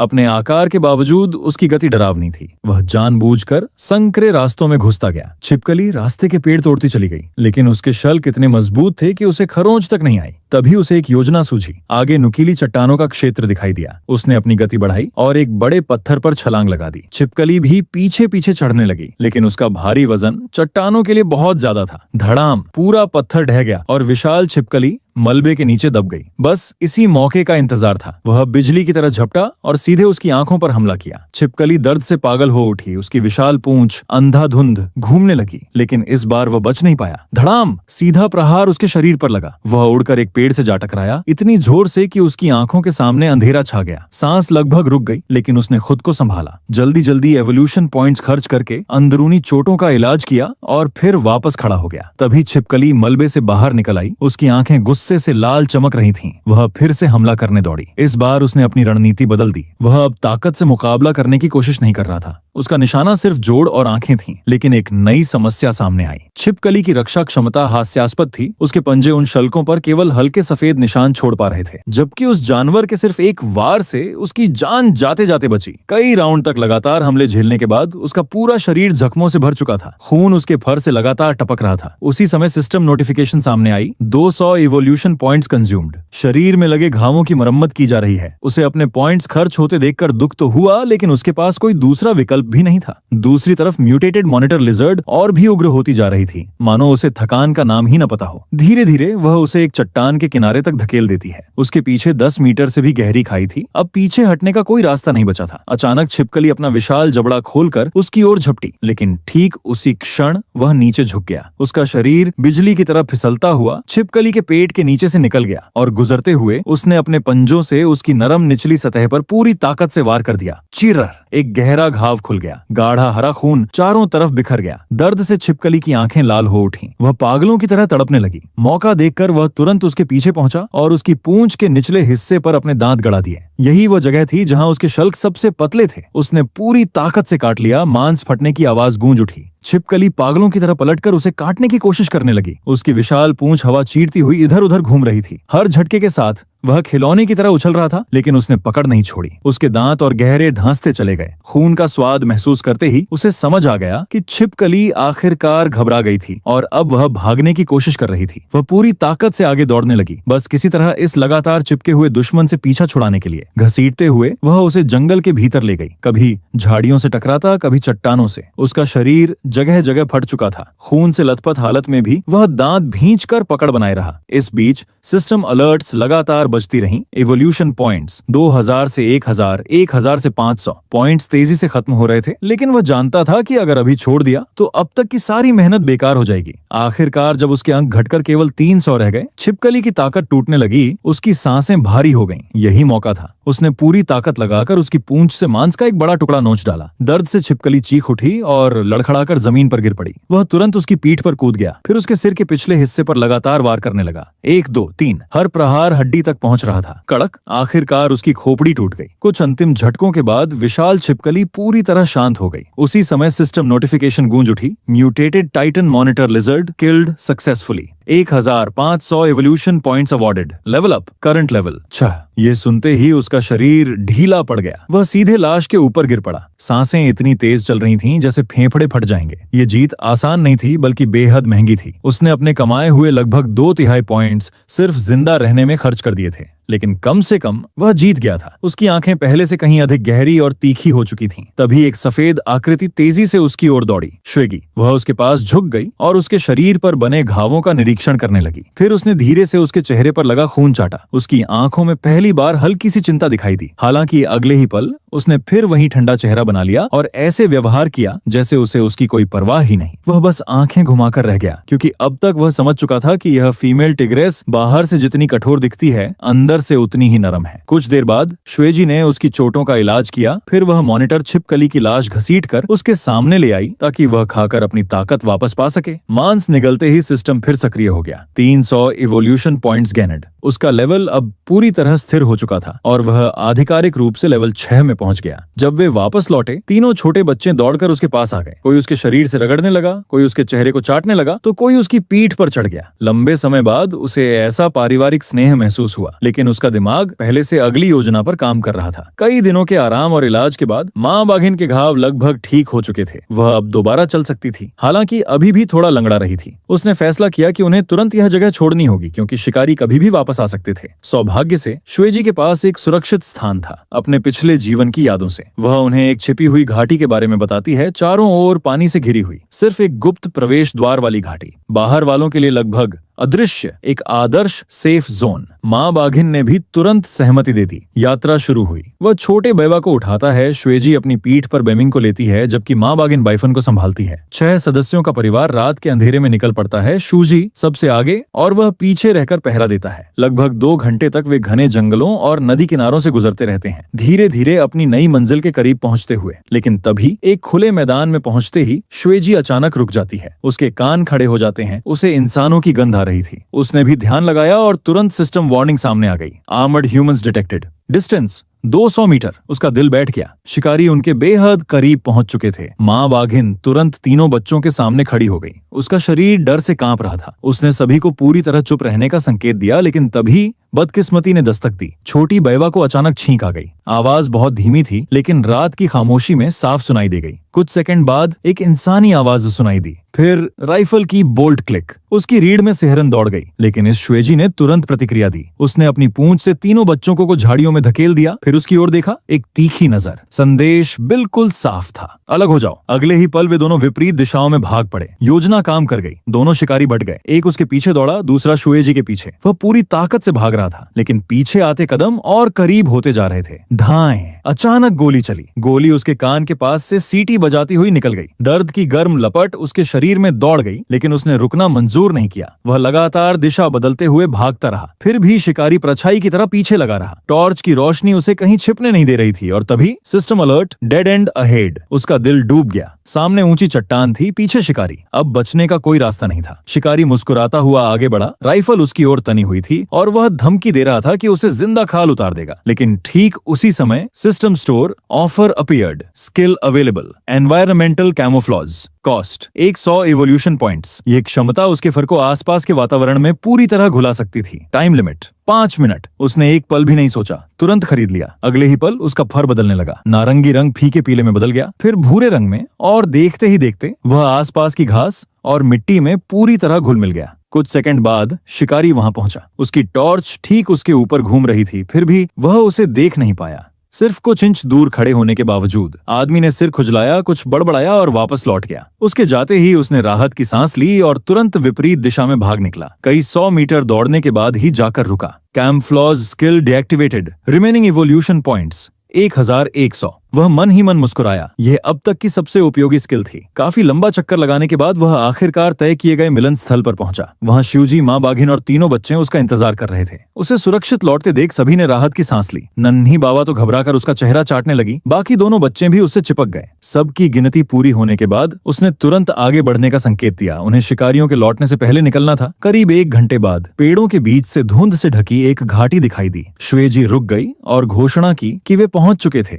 घाटी बिल्कुल स्वर्ग जैसी थी। चारों तरफ ऊंची चट्टानें, बीच में साफ झील, चारों ओर फलदार पेड़ और दुर्लभ जड़ी बूटियां। दुनिया से छिपा हुआ एक वास्तविक हिडन पैराडाइज। उसकी दृष्टि में हर तरफ सुनहरे संकेत चमकने लगे। संसाधन, औषधियां, भोजन, सब कुछ मौजूद था। तीनों बच्चे खुशी से इधर उधर दौड़ने लगे और पहली बार सभी को थोड़ा सुकून मिला। लेकिन तभी जब उसने अपने सिस्टम इंटरफेस की जांच की, एक नया टैब चमक उठा। System mall unlock. हालांकि फिलहाल केवल 1% अनलॉक रेट था। शर्त साफ लिखी थी कि म्यूटेटेड क्रिएचर्स या ह्यूमन स्लेयर्स को मारकर इसे आगे अनलॉक किया जा सकता है। वह आश्चर्य से जम गया। मॉल के अंदर केवल एक धुंधला आइकन दिखाई दे रहा था, जो पंखों की एक जोड़ी जैसा लग रहा था। उसी समय श्वेजी की नजर भी स्क्रीन पर पड़ी। उसकी पुतलियां अचानक सिकुड़ गईं। वह पूरी तरह स्तब्ध रह गई और काफी देर तक उस आइकन को घूरती रही। फिर धीमी आवाज में बोली कि अपने पिछले जीवन में इस सिस्टम मॉल को अनलॉक करने में उसे पूरे 3 साल लगे थे, लेकिन यहाँ यह इतनी जल्दी खुल गया था। उसकी बात सुनकर वह भी चौंक गया, क्योंकि अगर इतना दुर्लभ फीचर अभी खुल चुका था तो इसका मतलब था कि भविष्य में कुछ बहुत बड़ा होने वाला है, और शायद असली तूफान अभी शुरू भी नहीं हुआ था। घाटी में अगले कुछ दिन हैरानी भरी शांति में बीते। इस दौरान वह पागलों की तरह शिकार करता रहा, सिर्फ एक ही लक्ष्य के साथ, ज्यादा से ज्यादा एवोल्यूशन पॉइंट्स इकट्ठा करना। हिरण, खरगोश, जंगली पक्षी, यहाँ तक कि झील की मछलियां भी उसके निशाने से नहीं बचीं। हर दिन सिस्टम नोटिफिकेशंस लगातार बजती रहती थीं। धीरे धीरे उसके अंक 800 से बढ़कर 1200 हुए, फिर 1500 और आखिरकार 2000 तक पहुंच गए। हालांकि 50,000 अंकों के लक्ष्य के सामने यह अभी भी बहुत कम था, लेकिन उसने हार नहीं मानी। जल्द ही उसके दिमाग में एक नया विचार आया। अगर औषधीय जड़ी बूटियां उसके लिए फायदेमंद थीं, तो शायद परिवार के बाकी सदस्यों के लिए भी हो सकती थीं। उसने शिकार के मांस में विभिन्न मेडिसिनल हर्ब्स मिलाना शुरू कर दिया। माँ बाघिन ने वह खाना खाना शुरू किया, और कुछ ही दिनों में उसके घाव उम्मीद से कहीं ज्यादा तेजी से भरने लगे। उसके पैरों की सूजन कम हो गई और चलना भी आसान होने लगा। दूसरी तरफ तीनों बच्चों में भी बदलाव दिखने लगे। उनके शरीर पहले से ज्यादा मजबूत हो रहे थे, पर चमकदार और घना हो गया था। सबसे भोली भाली माँ बाघिन भी अब एक पंजे के वार से छोटे पत्थर तोड़ सकती थी। ये देखकर वह बेहद संतुष्ट हुआ। लेकिन परिवार में सबसे अजीब प्रगति शुएजी की थी। उसे कभी समझ नहीं आया कि वह वास्तव में मजबूत कैसे होती है, क्योंकि वह लगभग शिकार ही नहीं करती थी। ज्यादातर समय वह घाटी की ऊंची चट्टान पर आंखें बंद करके बैठी रहती और उसके चारों ओर हल्की सुनहरी ऊर्जा घूमती रहती। सिस्टम ने जल्द ही इसका कारण बता दिया कि शुएजी अपने पिछले जीवन की कल्चरेशन टेक्निक्स का अभ्यास कर रही थी, और सबसे डरावनी बात यह थी कि वह हर दिन लगभग 1000 अंक के बराबर प्रगति कर रही थी। ये सुनकर उसका आत्मविश्वास थोड़ा हिल गया, क्योंकि वह दिन रात मेहनत करके मुश्किल से 500 अंक जुटा पाता था। एक दिन उसने चुपके से प्रतियोगिता करने का फैसला किया। उसने ढेर सारी जड़ी बूटियां खाई, इतनी कि उसका पेट फूल गया, लेकिन फिर भी उसे सिर्फ 500 अंक ही मिले। जब उसने गर्व से शुएजी की ओर देखा तो उसने बस एक आंख खोली और उसे ऐसी नजर से देखा जिसमें साफ लिखा था, तुम अभी भी एक लकी न्यूबी हो। उसका चेहरा तुरंत उतर गया। वह बहस करना चाहता था, लेकिन कोई जवाब नहीं मिला, क्योंकि अंदर ही अंदर वह जानता था कि शुएजी सच कह रही है। पास ही माँ बाघिन यह सब देखकर मुस्कुरा रही थी। उसके घाव लगभग पूरी तरह ठीक हो चुके थे और अब वह फिर से एक असली माँ की तरह व्यवहार करने लगी थी। तीनों बच्चे पूरी तरह उसके नियंत्रण में थे। जब माँ बाघिन एक आवाज लगाती, तीनों तुरंत उसके पास दौड़ाते। जब वह डांटती तो तीनों सिर झुकाकर बैठ जाते। घाटी का जीवन धीरे धीरे स्थिर होने लगा और परिवार पहली बार सुरक्षित महसूस कर रहा था। उसका अनुशासन। एक दिन वे जानबूझकर छोटे बच्चों को धूप सेंकने के लिए बाहर ले गए। इससे वह और शुएजी घाटी में अकेले रह गए। वह पूरी तरह बेखबर घास में सिर छिपाए हर्ब्स खोजता रहा। शुएजी पास ही आंखें बंद करके आराम कर रही थी। फिर भी उसकी पूंछ का सिरा अनजाने में उसकी ओर बढ़ जाता। जब वह ऊपर देखता तो वह तुरंत उसे वापस खींच लेती। फिर वह अपने ठंडे और उदासीन भाव में लौट आती, जैसे कुछ हुआ ही ना हो। इससे वह सोचने लगा कि आज यह हमेशा सख्त रहने वाली टाइग्रेस इतना अजीब व्यवहार क्यों कर रही है। हालांकि उसने इस पर ज्यादा ध्यान नहीं दिया और हर्ब्स खोजने में लगा रहा, जब तक कि वह घाटी के सबसे गहरे हिस्से तक नहीं पहुंच गया। वहां उसे एक छिपा हुआ हॉट स्प्रिंग मिला, जिसकी भाप में हल्की औषधीय सुगंध थी। ठीक बीच में कुछ उग रहा था। वह एक चमकता हुआ गानोडर्मा था, जो इतनी तेज सुनहरी रोशनी बिखेर रहा था कि सिस्टम पागलों की तरह नोटिफिकेशंस भेजने लगा। ये 9 टर्न जेड गानोडर्मा था, जिसका सेवन करने से ट्रांसफॉर्मेशन एबिलिटी अनलॉक हो सकती थी, बशर्ते कुछ शर्तें पूरी हों। वह इतना उत्साहित हो गया कि लगभग झरने में कूद ही पड़ा। उसे याद आया कि पिछली आधी जड़ी बूटी को विकसित होने में 72 घंटे लगे थे। एक आंशिक रूपांतरण। अगर वह अब इसका दूसरा आधा हिस्सा खा लेता तो शायद वह पूरी तरह रूपांतरित हो जाता। बिना सोचे समझे वह पानी में कूद गया और चमकते हुए खजाने की ओर तैरने लगा। पानी गर्म और आरामदायक था, लेकिन जैसे ही उसने जड़ी बूटी तोड़ने के लिए पंजा बढ़ाया, वह टुकड़ा चकनाचूर हो गया। अगले ही पल झरने का तल फट गया और पानी की लहरें चारों ओर फैल गईं। एक विशाल सरपेंट प्रकट हुआ, जिसकी काली खाल पर लाल चमक थी और जिसके दांत उसके अगले पैरों जितने लंबे थे। उसने मन ही मन अपनी किस्मत को कोसा, क्योंकि सिस्टम वार्निंग उसी समय सामने आई जब विशाल सरपेंट ने हमला किया। वह एक तरफ कूदकर बाल बाल बचा, लेकिन वह जीव पानी में अविश्वसनीय रूप से तेज था। उसकी पूंछ का जोरदार वार सीधे उस पर पड़ा और वह पानी में लुढ़क गया। उसने जल्दी से प्यूरिफिकेशन पॉइंट्स खर्च करके खुद को ठीक किया। तभी शुएजी वहां पहुंच गई। बिना कुछ कहे वह झरने में कूद गई और सीधे सरपेंट के वाइटल पॉइंट पर वार किया। असहनीय दर्द से सरपेंट तड़प उठा। उसने मौके का फायदा उठाते हुए सामने से उसका ध्यान अपनी ओर खींच लिया। शुएजी पीछे से घूमी और उसके कवच अनुमा शल्कों को चीरते हुए कुशलता से सरपेंट का आर्म निकाल लिया। कुछ आखिरी संघर्षों के बाद रेड स्पिरिट पाइथन हिलना बंद कर दिया। सिस्टम नोटिफिकेशन गूंज उठी। मारने पर 1500 अंक, साथ ही हाई लेवल के दुश्मन को हराने पर 500 अंकों का बोनस। 8वें लेवल पर पहुंचकर वह झरने के किनारे गिर पड़ा और सांस लेने के लिए हांफने लगा। तभी शुएजी उसके पास गानोडर्मा लेकर आई। उसने जड़ी बूटी को 2 हिस्सों में बांटा और आधा हिस्सा उसे दे दिया। यह देखकर वह पूरी तरह हैरान रह गया। उसने पूछा कि क्या उसे एहसास है कि यह कितना कीमती है। उसे पता था बेशक, लेकिन अकेले खाना उतना संतोषजनक नहीं होता। इसके अलावा अगर वह मजबूत हो जाती तो वह भी सुरक्षित रहता। शुएजी चुप रही। आखिरकार उसके बर्फ जैसे चेहरे पर भावनाओं की एक झलक दिखाई दी। पहली बार वह मुस्कुराई, हालांकि उसके होंठों पर केवल हल्की सी मुस्कान थी, और उसने धीरे से उसे मूर्ख कहा। उसने गानोडर्मा लिया और निगल लिया। जल्द ही वे दोनों झरने के किनारे लेट गए और औषधीय शक्ति को अवशोषित करने लगे। उसके भीतर तीव्र ऊर्जा का विस्फोट हुआ। सिस्टम ने घोषणा की कि ट्रांसफॉर्मेशन टाइमर रीसेट हो गया है। अगला रूपांतरण 72 घंटों में होगा, लेकिन इस बार उसे अतिरिक्त 2000 प्यूरिफिकेशन पॉइंट्स मिले। शुएजी भी सुनहरी रोशनी से जगमगा रही थी। जैसे जैसे उसका शरीर बड़ा हुआ, उसके फर पर हल्की सुनहरी चमक आने लगी। उस रात वह सुनहरे आवरण में लिपटकर गहरी प्यूरिफिकेशन की अवस्था में चला गया। वह पूरी तरह स्थिर हो गया। सिस्टम ने संकेत दिया कि 72 घंटे की इस उलटी गिनती के दौरान वह न चल सकेगा और न लड़ सकेगा। बे और बच्चों की सुरक्षा की जिम्मेदारी श्वेजी ने संभाल ली। पहले 2 दिन अपेक्षाकृत शांत बीते, लेकिन तीसरे दिन तड़के घाटी के बाहर भारी कदमों और भौंकते कुत्तों की आवाज गूंज उठी। शिकारी अपने कुत्तों के साथ आ चुके थे। सुनहरी रोशनी में फंसा हुआ वह केवल श्वेजी को अपनी ओर देखते हुए देख सका। उसकी आंखों में दृढ़ निश्चय झलक रहा था। फिर वह अकेली ही घाटी के प्रवेश द्वार की ओर मुड़ गई। बिना एक पल गंवाए वह खुद को छुड़ाने के लिए संघर्ष करने लगा। मन ही मन वह उसे एक जिद्दी बाघिन होने के लिए कोस रहा था, जो खुद मौत के जाल में जा रही थी। तभी एक लाल सिस्टम अलर्ट दिखाई दिया। सिस्टम ने पता लगाया था कि उसकी साथी अकेले ही दुश्मन का सामना कर रही है। उसकी हेल्थ तेजी से गिर रही थी। वह उलझ गया। क्या सिस्टम जिस पार्टनर की बात कर रहा था वो श्वेजी थी? अगर उसने अभी उसकी मदद नहीं की तो शायद वह वापस नहीं लौटेगी। दांत पीसते हुए उसने जबरदस्ती प्यूरिफिकेशन प्रक्रिया रोक दी। उसकी हड्डियों के भीतर दर्द की लहर दौड़ गई। सिस्टम वार्निंग सामने आई कि अगर वह अभी प्रक्रिया रोकेगा तो उसके 1/3 पॉइंट्स कट जाएंगे और हाइब्रिड ट्रांसफॉर्मेशन इफेक्ट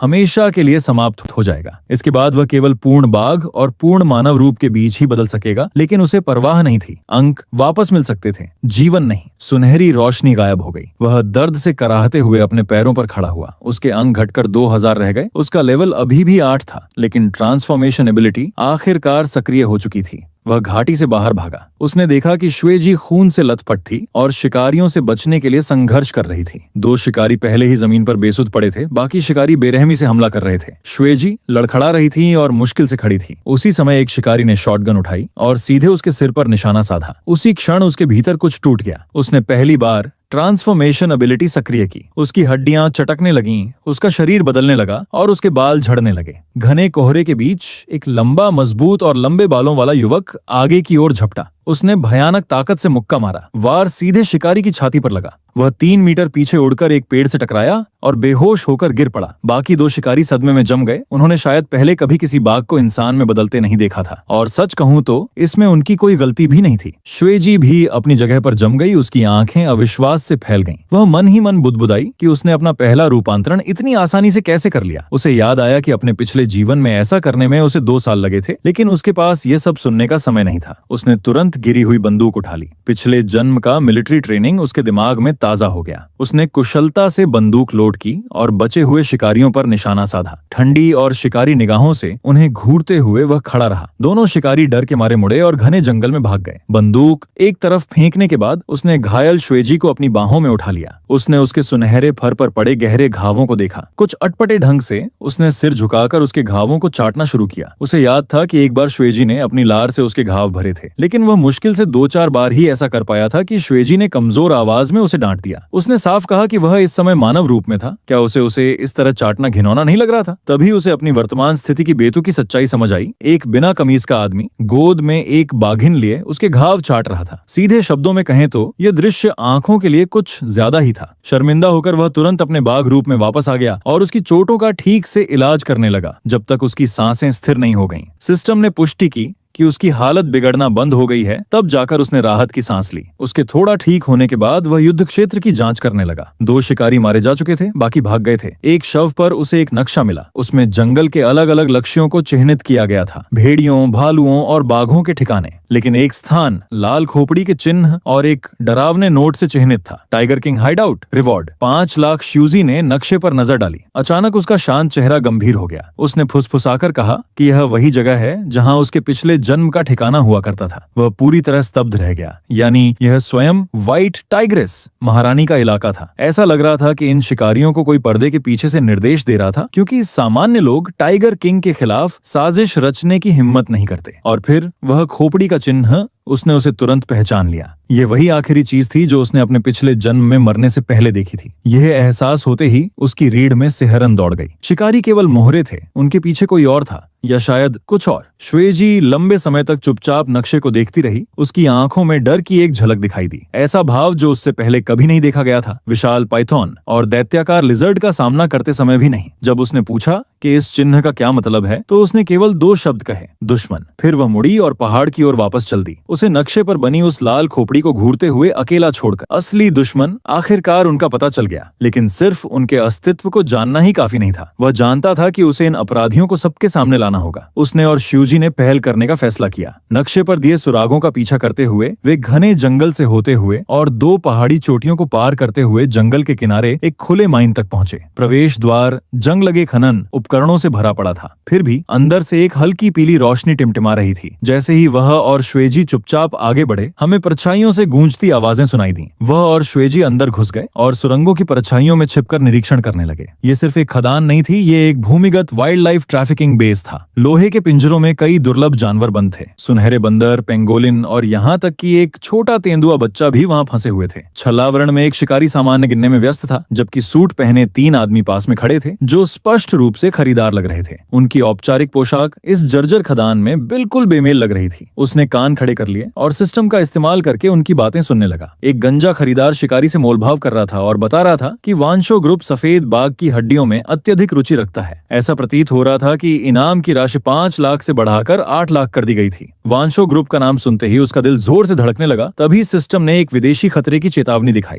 ये संगठन विशेष रूप से दुर्लभ जानवरों, जीवित नमूनों, खालों और हड्डियों को हासिल करने में माहिर है। उन्हें विशेष ऊर्जा वाले जानवरों में रुचि है और श्वेजी अपने पिछले जन्म में व्हाइट टाइगर क्वीन थी। माना जाता है कि उसकी हड्डियों में प्राचीन ब्लड लाइन एनर्जी समाहित है। यही कारण है कि उन्होंने टाइगर किंग्स टेरिटरी पर इतना बड़ा इनाम रखा है। जब वह ध्यान से सुन रहा था और पीछे हटने की तैयारी कर रहा था, तभी अचानक खदान की गहराई से एक आदमी निकला। उसने एक धूसर रंग का टायोस ड्रॉप पहना हुआ था। उसकी छाती पर एक खोपड़ी का चिन्ह, खुदा हुआ काला बैज लगा था, ठीक वही चिन्ह जो नक्शे पर था। अचानक सिस्टम ने एक तीखी चेतावनी जारी की, जिसकी गूंज उसके दिमाग में गूंज उठी। वह पूरी तरह से स्तब्ध रह गया। ताओइस्ट को कुछ महसूस हुआ था। उस सुरंग की ओर देखते हुए जहां वे छिपे हुए थे, उसके होठों पर एक अजीब सी डरावनी मुस्कान थी। बिना कुछ कहे उसने श्वेजी को पकड़ा और भाग निकला, लेकिन वह आदमी शांत और बिना हड़बड़ी के उनका पीछा करने लगा। हाथ के इशारे से उस आदमी ने कई काले टैलिस्मन्स फेंके जो हवा में फट गए और काली जंजीरों में बदल गए जो उसकी ओर झपटी। एक जंजीर ने उसके पिछले पैर को जकड़ लिया, जबकि दूसरी सीधे श्वेजी की गर्दन की ओर बढ़ी। उसने बुरी तरह संघर्ष किया और एक एवोल्यूशन पॉइंट का उपयोग करके खुद को छुड़ा लिया। श्वेजी का अगला पैर जंजीर में फंस गया। उसने जंजीर को दांतों से काट दिया, लेकिन उन कुछ पलों ने ट्विस्टर को 3 और टैलिस्मन्स फेंकने का मौका दे दिया। इस बार जंजीरें अधिक घनी थीं। श्वेजी मुड़ी और अपने शरीर से उसे ढाल बना लिया। उसने उसे भागने देने के लिए जंजीरों की कीमत चुकाई। उसने पीछे मुड़कर देखा तो श्वेजी खून से लथपथ थी। उसकी आंखें उसे कह रही थीं कि उसे छोड़कर भाग जाए। आवेश में आकर वह वापस भागना चाहता था, लेकिन सिस्टम ने चेतावनी दी कि दुश्मन का लेवल बहुत अधिक है। अब लड़ाई निश्चित मौत थी। उसने दांत पीसकर भागना शुरू किया और ताओइस्ट की भयानक हंसी और शिवजी की चीखें सुरंगों में गूंज उठीं। वह घायल और थका हुआ घाटी में वापस आया और जमीन पर गिर पड़ा। आधे घंटे बाद हमने देखा कि श्वेजी भी लौट आई थी। वह खून से लथपथ थी। जंजीरों के गहरे घावों से उसके बाल फटे हुए थे और वह दर्द से लंगड़ा रही थी। उसने बताया ताओइस्ट ने उसे मारा नहीं था, वह उसे जिंदा रखना चाहता था। जब उसका ध्यान कहीं और था तब वह भाग निकली थी। उसने जल्दी से उसके घावों पर मरहम लगाना शुरू कर दिया और एवोल्यूशन पॉइंट्स का इस्तेमाल करके उसे ठीक करने लगा, क्योंकि सिस्टम ने पुष्टि की थी कि उसका स्वास्थ्य धीरे धीरे सुधर रहा है। जब उसके घाव स्थिर हो गए तो उसने सिस्टम की जांच की और देखा कि विंग आइकॉन के अनलॉक होने की प्रगति 1% से बढ़कर 30% हो गई है। अनलॉक करने की शर्त आखिरकार सामने आ गई। उसे एक मिरियड बीस्ट सिस्टम होल्डर को मारना था। यह जानकर वह स्तब्ध रह गया। लेवल 15 के टाओइस्ट को मारना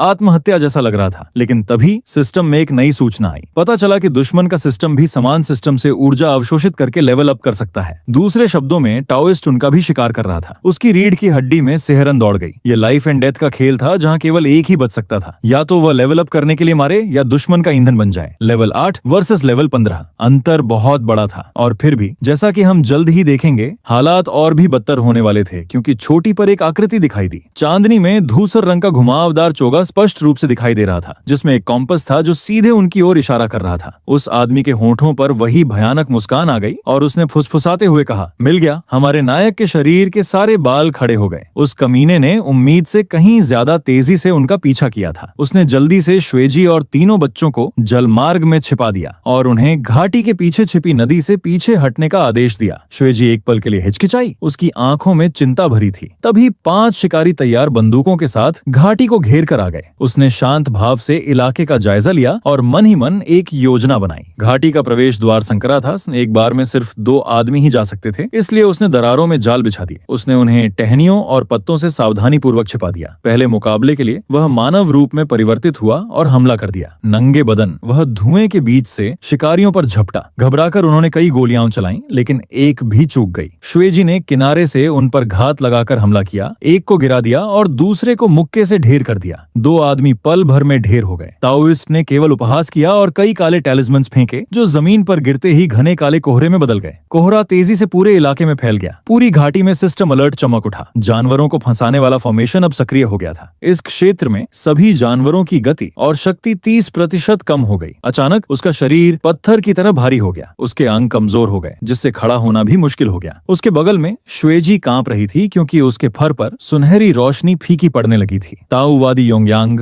व्यंग्य करते हुए उनकी ओर बढ़ा और हमारी दोनों छोटी बिल्लियों को अच्छे बनने और बलिदान के रूप में अपने भाग्य को स्वीकार करने के लिए कहा। उसके भीतर अवज्ञा की लहर दौड़ गई और उसने अपने दांत भींच लिए। उसके पीछे वह रास्ता था जिससे माँ, बाघिन और बच्चे पीछे हटे थे। उसके बगल में घायल श्वेजी खड़ी थी और वह जानता था कि वह यहाँ हार नहीं मान सकता। अचानक सिस्टम ने उसकी इंटेंस इमोशन स्थिति का पता लगा लिया। एक छिपी हुई स्किल गार्डियन स्टार सक्रिय हो गई, जिससे एक नया स्किल ब्लू डिवॉरिंग अथॉरिटी अनलॉक हो गया। 500 अंकों के लिए यह 3 मिनट के लिए सभी नेगेटिव स्टेटस को अनदेखा कर देगा। उसने तुरंत उसे सक्रिय कर दिया। 1 सेकंड बाद उसका पूरा शरीर हल्की लपटों से घिर गया। गहरा कोहरा ऐसे गायब हो गया मानो उसका सामना उसके प्राकृतिक शत्रु से हुआ हो और आग ने जानवरों को फंसाने वाली फॉर्मेशन को चीर डाला। शक्ति के विस्फोट को महसूस करते हुए उसने एक ही झटके में शेष फॉर्मेशंस को चकनाचूर कर दिया। प्रहार! वह आदमी दहशत से पीछे हट गया। असंभव! वह चिल्लाया। तुम्हारा विकास तो न के बराबर हुआ है। तुम्हारे पास इतनी ताकत कैसे हो सकती है? बात करने का समय नहीं था। जैसे ही 3 मिनट की काउंटडाउन शुरू हुई, वह बाकी बचे 3 शिकारियों पर पलक झपकते ही टूट पड़ा। अपनी इस शक्ति से परिपूर्ण अवस्था में उसकी गति बेतहाशा थी। हर आदमी पर एक प्रहार और सिर्फ 3 सेकंड में 5 शरीर जमीन पर पड़े थे। केवल ताओइस्ट बचा था। हताश होकर उसने अपने सारे टैलिस्मन्स फेंक दिए। अपने शरीर में एकत्रित सारी एनर्जी को बाहर निकाल दिया। वह डार्क एनर्जी एक विशाल स्केलेटन फैंटम में बदल गई, जो उसके आकार से 3 गुना बड़ा था। वह एक बड़े मुंह के साथ झपटा, लेकिन वह जरा भी नहीं हिला।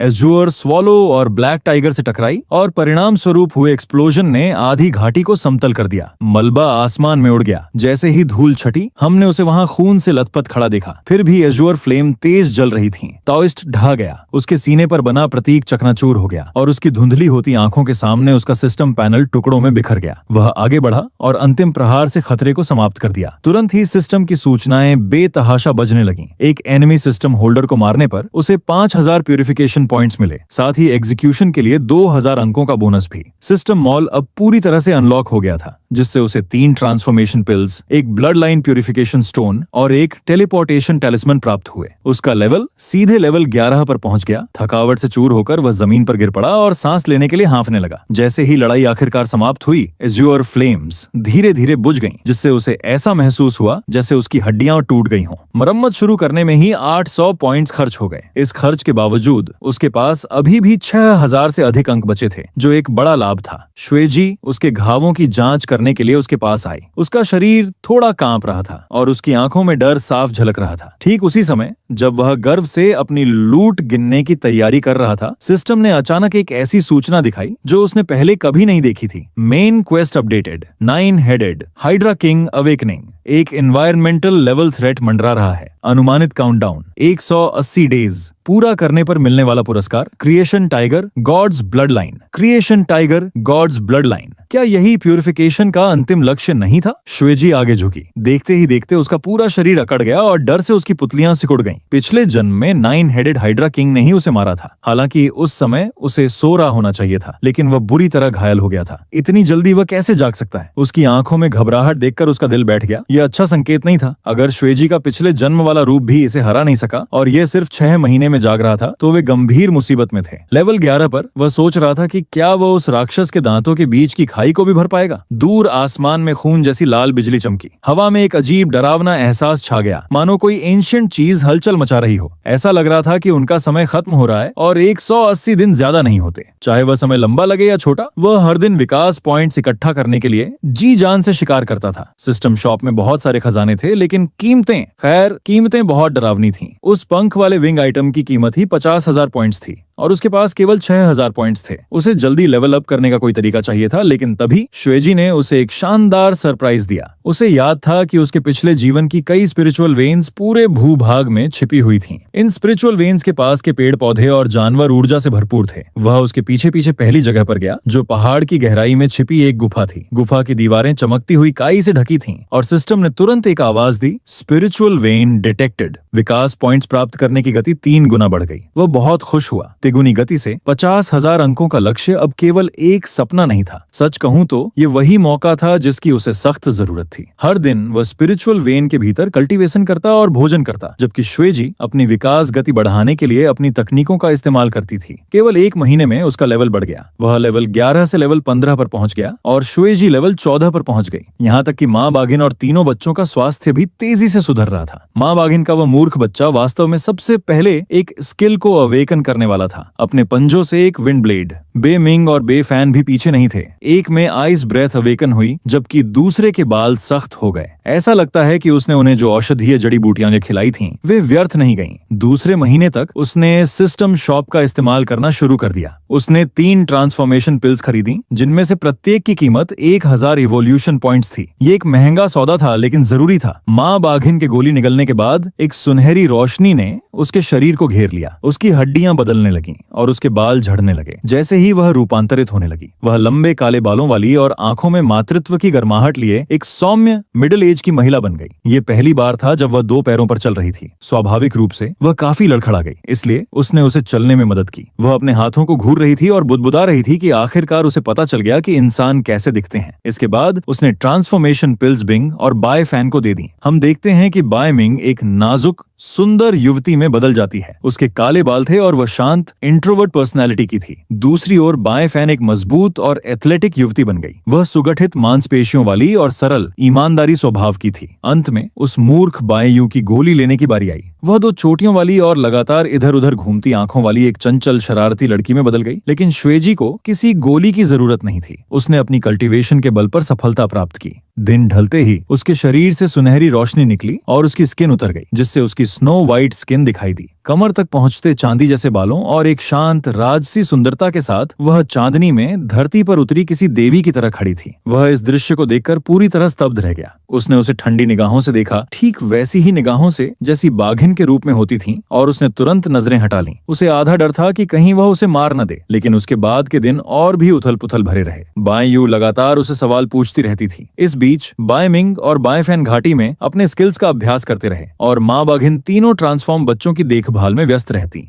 वह और श्वेजी रोजाना कल्टीवेशन के लिए स्पिरिचुअल वेन में जाते थे और उनका रिश्ता गहराता चला गया। एक दिन वह थकान से सो गया। जब वह जागा तो उसने खुद को श्वेजी की फर से ढका हुआ पाया। वह कोने में दुबकी हुई मछली भून रही थी, ठीक वैसे ही जैसे वह अपने टाइगर रूप में करती थी। वह दंग रह गया और उसने उससे पूछा कि उसकी फर उसके ऊपर क्यों लिपटी है, उसके ऊपर क्यों नहीं। उसने दावा किया कि वह बस उसे ठंड से मरते हुए नहीं देखना चाहती थी, क्योंकि फिर उसके पास लड़ने के लिए कोई नहीं बचेगा। उसे यह सुनकर हंसी आ गई और उसने फर उसे वापस कर दिया, जिसे उसने अपने कंधों पर ओढ़ लिया। आग की रोशनी में उसकी आकृति बेहद खूबसूरत लग रही थी। एक और चांदनी रात में वे पहाड़ की चोटी पर बैठे थे। उसने बातचीत शुरू की, ये बताते हुए कि अपने पिछले जन्म में उसने 1000 साल घोर अकेलेपन में बिताए थे। उस समय उसके पास बात करने के लिए एक भी व्यक्ति नहीं था। जैसे ही उसने उसका चेहरा देखा, उसके दिल में अचानक सहानुभूति की लहर दौड़ गई। उसका दिल नरम पड़ गया और वह उसके गाल को चूमने के लिए आगे झुका। वह जम गई। उसका चेहरा कानों तक गहरा लाल हो गया। उसका मुंह उसे डांटने के लिए खुला, फिर भी शब्द नहीं निकले। इसके बजाय उसकी सफेद पूंछ सहज रूप से उसकी पूंछ से लिपट गई। वे पूरी रात चुपचाप बैठे रहे, एक साथ चांद को देखते रहे। कोई शब्द नहीं बोला गया, लेकिन वह खामोशी किसी भी बातचीत से कहीं अधिक कह गई। जैसे जैसे दिन बीतते गए, 180 दिनों की काउंटडाउन करीब आती गई। उसने जुनून की तरह अभ्यास किया। वह लेवल 18 पर पहुंच गया, जबकि शुएजी लेवल 17 पर पहुंच गई। आखिरकार सिस्टम शॉप में पंख अनलॉक हो गए। उसने फ्रॉस्ट रॉक विंग्स पाने के लिए 50,000 पॉइंट्स खर्च किए। जब उसने उन्हें खोला तो वे 5 मीटर तक फैल गए और उनमें हल्की घोंसली फ्लेम्स जलने लगीं। उसने उड़ने की कोशिश की और लगभग एक दुर्घटना में गिरते गिरते बचा। नियंत्रण सीखने से पहले उसने कई बार पेड़ों के बीच उड़ान भरने और अपने विंग्स को कंट्रोल करने का अभ्यास किया। कई बार वह पेड़ों से टकराया, कई बार लगभग नीचे गिर पड़ा, लेकिन धीरे धीरे उसकी पकड़ मजबूत मजबूत होती गई। 3 महीने बाद हाइड्रा किंग होंग आखिरकार जाग उठा। उस दिन पूरा आसमान बदल गया। काले बादलों ने सूरज को ढक लिया और बादलों के बीच से 9 विशाल सर्पेंट हेड बाहर निकले। ऐसा लग रहा था मानो कोई प्राचीन दानव दुनिया को ऊपर से नहीं बल्कि नीचे झांक कर देख रहा हो। हर सिर की आंखों का रंग अलग था, जलती हुई लाल, बर्फ जैसी नीली, बिजली जैसी बैंगनी, हवा जैसी हरी, धरती जैसी पीली, प्रकाश जैसी सफेद, अंधकार जैसी काली और स्पेस एलिमेंट जैसी चांदी। उसी समय सिस्टम ने चेतावनी जारी की, danger level behind evaluation. System ने तुरंत रिट्रीट करने की सलाह दी, लेकिन वह पीछे हटने वाला नहीं था। उसने बाई को तीनों बच्चों के साथ प्रोटेक्टिव फॉर्मेशन के अंदर छिपने का आदेश दिया। चारों का काम सपोर्ट अरे को सक्रिय रखना था, जबकि वह और श्वेजी सीधे हाइड्रा का सामना करने वाले थे। उसने फ्रॉस्ट रॉक विंग्स फैला दिए। उसके पीछे श्वेजी खड़ी थी, जिसका पूरा शरीर पवित्र गोल्डन लाइट से चमक रहा था। अगले ही पल हाइड्रा के 9 सिर एक साथ गरजे। आग, बर्फ, बिजली और झर की बारिश पूरे युद्ध क्षेत्र पर टूट पड़ी। वह तेजी से चकमा देता रहा और अपने डिफेंसिव स्किल की मदद से कई हमलों को झेल गया। इसी बीच श्वेजी सीधे फायर हेड पर झपटी और उसके शल्कों को चीर डाला। दर्द से हाइड्रा बुरी तरह तड़प उठा और जलती हुई ज्वालाएं चारों ओर फैल गईं। उसने इसी मौके का फायदा उठाया और आइस हेड पर हमला कर दिया। उसकी गर्म ऊर्जा ने बर्फीले कवच को पिघला दिया। लेकिन समस्या यह थी कि हाइड्रा के सभी सिर एक दूसरे के साथ परफेक्ट कोऑर्डिनेशन में काम कर रहे थे। अचानक बिजली आसमान से गिरी, धमाका। वह सीधे जमीन पर जा गिरा और एक विशाल गड्ढा बन गया। उधर जहरीली धुंध ने श्वेजी को भी पीछे धकेल दिया। वह खून से लथपथ उठ खड़ा हुआ और हीलिंग के लिए प्यूरिफिकेशन पॉइंट्स खर्च करने लगा। उसे समझ आ गया था कि केवल ब्रूट फोर्स से जीतना असंभव है। उसे पहले सबसे खतरनाक सिरों को डिसेबल करना होगा। तुरंत उसने सिस्टम शॉप से एक स्पेशल लॉक चार्म खरीदा। कीमत थी 2000 प्यूरिफिकेशन पॉइंट्स। बहुत महंगा, लेकिन कोई और विकल्प नहीं था। हाइड्रा के अगले हमले के दौरान उसे एक मौका मिला। उसने चार्म को सीधे स्पेशल हेड पर चिपका दिया।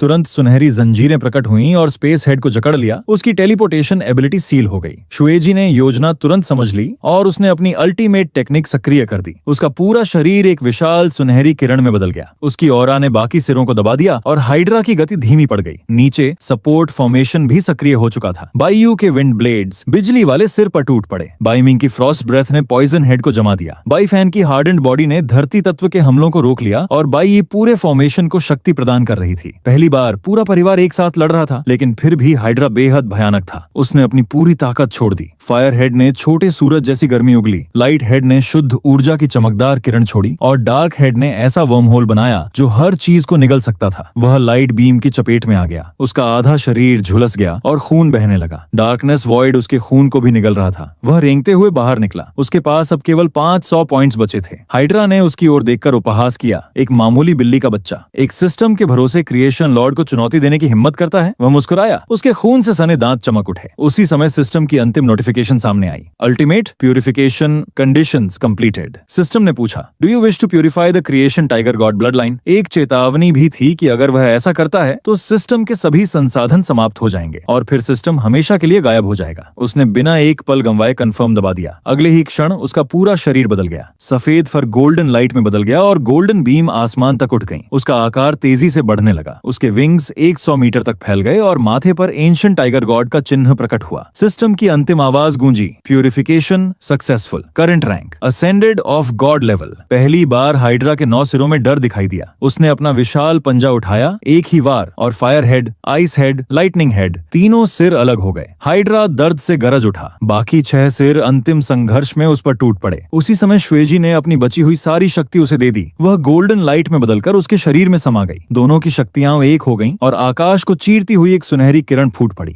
वह उस प्रकाश के बीच से निकला और एक एक करके हाइड्रा के बाकी सिरों को भी नष्ट करता चला गया। अंत में केवल स्पेशल हेड बचा। वह भी कमजोर पड़ चुका था। मरने से पहले हाइड्रा ने अविश्वास से भरी अंतिम दहाड़ लगाई। उसे विश्वास नहीं हो रहा था कि एक परिवार ने मिलकर उसे हरा दिया। फिर धम, अंतिम सिर भी फट गया। हाइड्रा किंग होंग हमेशा के लिए समाप्त हो गया। रक्त की वर्षा आसमान से बरसी। युद्ध खत्म हो चुका था। सिस्टम की अंतिम नोटिफिकेशन सामने आई, main mission completed, gluttony god system reached its end. System ने उन्हें अंतिम आशीर्वाद दिया, तुम दोनों को असंख्य लोकों में शाश्वत फ्रीडम प्राप्त हो। और फिर पूरा इंटरफेस प्रकाश के टुकड़ों में बिखर गया। सिस्टम हमेशा के लिए गायब हो गया। श्वेजी उसकी बांह में आ गई। उसने पूछा, क्या तुम्हें कोई पछतावा है? उसने मुस्कुराकर सिर हिला दिया। अब उसके पास कोई सिस्टम नहीं था, लेकिन उसके पास शुएजी थी और वही उसके लिए सबसे बड़ी शक्ति थी। पहली बार शुएजी के चेहरे पर एक नरम मुस्कान आई। उस रात दोनों चांदनी के नीचे साथ बैठे। जब उसने मजाक में ह्यूमन लव के बारे में सिखाने की बात कही तो शुएजी का चेहरा तुरंत लाल हो गया और उसने उसे कई मीटर दूर धक्का दे दिया। हाँ, थकी हुई होने के बावजूद भी वह अभी भी काफी शक्तिशाली थी। वह धूल से सना हुआ वापस रेंग कर आया और उसे अपनी बाहों में उठाकर अंदर ले गया। दूर से हमें मूर्ख बाइयों की चिढ़ाने वाली सीटी की तेज आवाज सुनाई दी। मिंग और फैन ने अपनी आंखें ढक लीं, मानो कुछ देखा ही न हो। 3 महीने बाद एक छोटा सा शांतिपूर्ण विलेज बस गया था। घाटी में बाइयों ने विलेज चीफ की भूमिका संभाली और ट्रांसफॉर्म जानवरों का प्रबंधन किया। हालांकि वह अपना अधिकांश समय छोटी मोटी शरारतें करने में व्यतीत करती थी। मिंग को पढ़ने का शांत जीवन पसंद था, जबकि बाएं फैन भारी श्रम का काम संभालती थी। इस बीच वह और शिवजी पहाड़ की चोटी पर एक साथ बैठे थे।